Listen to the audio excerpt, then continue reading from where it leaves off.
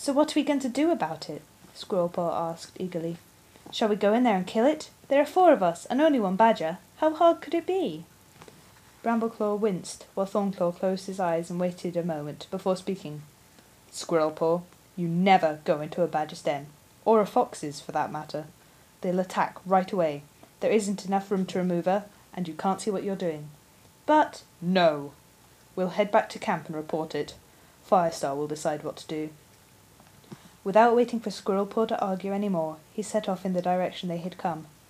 Ashfur fell in behind him, but Squirrel-Paw paused at the edge of the clearing. We could have dealt with it, she grumbled, glancing back longingly at the dark mouth of the cave. I could have lured it out, and then it would have killed you with one swipe of its paws, and then we'd still have to go back and report it, Bramble-Claw meowed discouragingly. What do you think we would have said? Sorry, Firestar, but we accidentally let a badger get your daughter. He would have our fur off. Badgers are bad news, and that's that. Well, you wouldn't catch Firestar leaving a badger in ThunderClan territory without doing anything about it. Squirrel-Paw swung up her tail defiantly and plunged into the undergrowth to catch up with Thorn-Claw and Ashfur. Bramble-Claw raised his eyes, murmured, Great StarClan, and followed. When he emerged from the gorse tunnel into the clearing, the first cat he saw was Dustpelt. The brown tabby warrior was pacing up and down outside the apprentice's den, his tail lashing from side to side. 2 of the other apprentices, Spiderpaw and Whitepaw, were crouched in the shade of the ferns, watching him apprehensively. As soon as Dustpelt spotted Squirrelpaw, he marched across the clearing towards her. Uh-oh, Squirrelpaw muttered. Well, the tabby warrior's voice was icy. Bramble-Claw winced, knowing how short-tempered he was. The only cat who had never felt the rough side of his tongue was Ferncloud.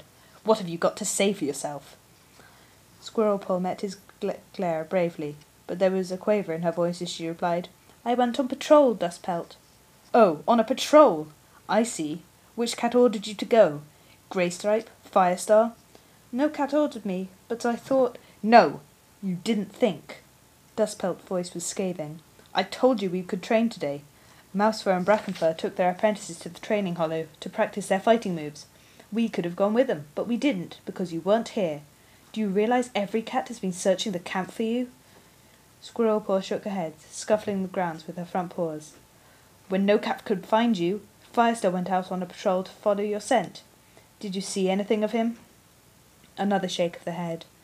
Bramble-Claw realized that following a scent in the heavy dew that morning would have been next to impossible. Your clan leader has better things to do than chase after apprentices who can't do as they're told. Dustpelt went on. Thornclaw, why did you let her go with you? I'm sorry, Dustpelt, Thornclaw apologized.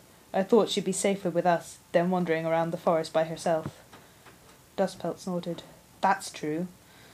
We could still go and do the training, Squirrelpaw suggested. Oh, no. No more training for you until you've learnt what being an apprentice really means. Dustpelt paused for a heartbeat. You can spend the rest of the day looking after the elders. Make sure they have enough fresh kill. Change their bedding. Go over their pelt for ticks. I'm sure Cinderpelt has plenty of mouse bile for you. Squirrelpaw's eyes flew wide in dismay. Oh, yuck! Well, what are you waiting for? The young apprentice stared at him for a moment longer, as if she couldn't believe he really meant it.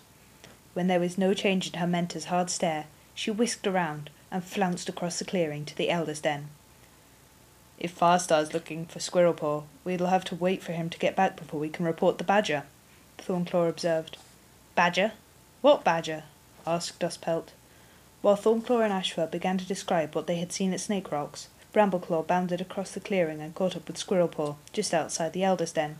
What do you want? She spat. Don't be angry, Bramble-Claw mewed. He couldn't help feeling sorry for her, even though she had deserved some sort of punishment for leaving the camp without any cat knowing where she was going. I'll help you with the elders, if you like. Squirrelpaw opened her mouth, as if she were about to make a rude retort, and then clearly thought better of it. Okay, thanks, she muttered ungraciously. You go and get the mouse bile, and I'll make a start on the bedding. Squirrelpaw's eyes opened wide in a winning expression. You wouldn't rather get the mouse bile, would you? No, I wouldn't. Dustpelt especially told you to do that. Don't you think he'll check? Squirrelpaw shrugged. No harm in trying. With a flick of her tail, she stalked off to find Cinderpelt. Bramble-Claw headed for the elders' den. which was in a patch of grass sheltered by a fallen tree. The tree was a burnt-out shell.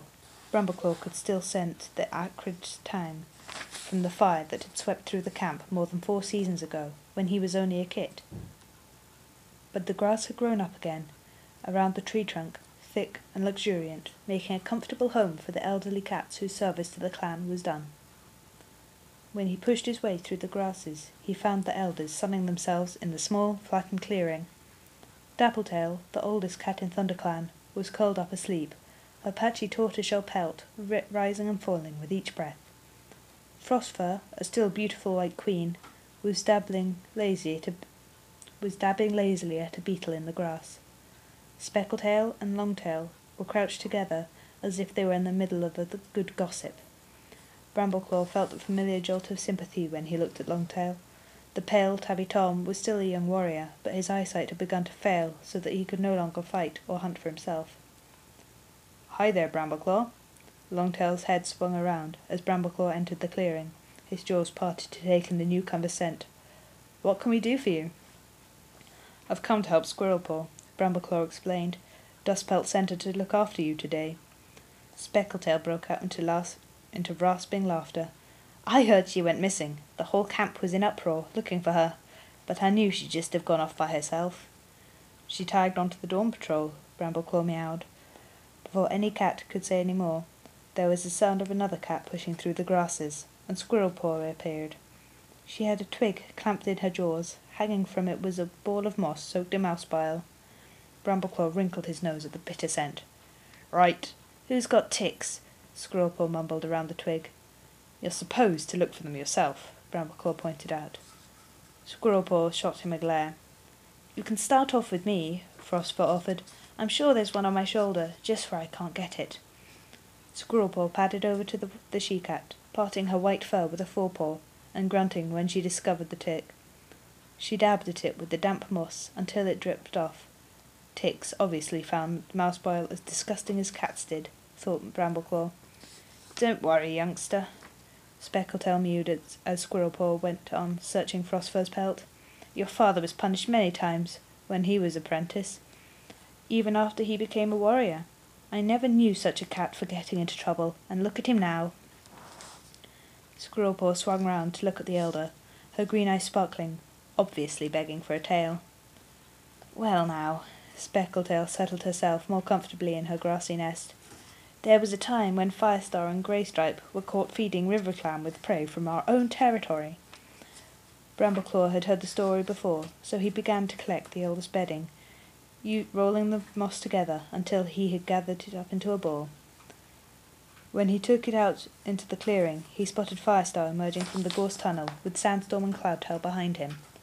Thornclaw was hurrying across to meet them from the other side of the clearing. "Thanks StarClan Squirrelpaw was saved," Firestar was mewing as Brambleclaw came into earshot. "One of these days you'll get into real trouble." "She's in real trouble now," Sandstorm growled. "Just wait till I get my paws on her." "Dustpelt already did." Thornclaw gave a meow of amusement. "He sent her to help the elders for the rest of the day." Firestar nodded. "Good. And there's something else," Thornclaw went on. "We found a badger up at Sunning Rocks, living in the cave where the dogs used to be." "We think it might be the one that killed Willowpelt," Brambleclaw put in, setting his ball of moss down. "We've not seen any trace of a badger anywhere else in the forest."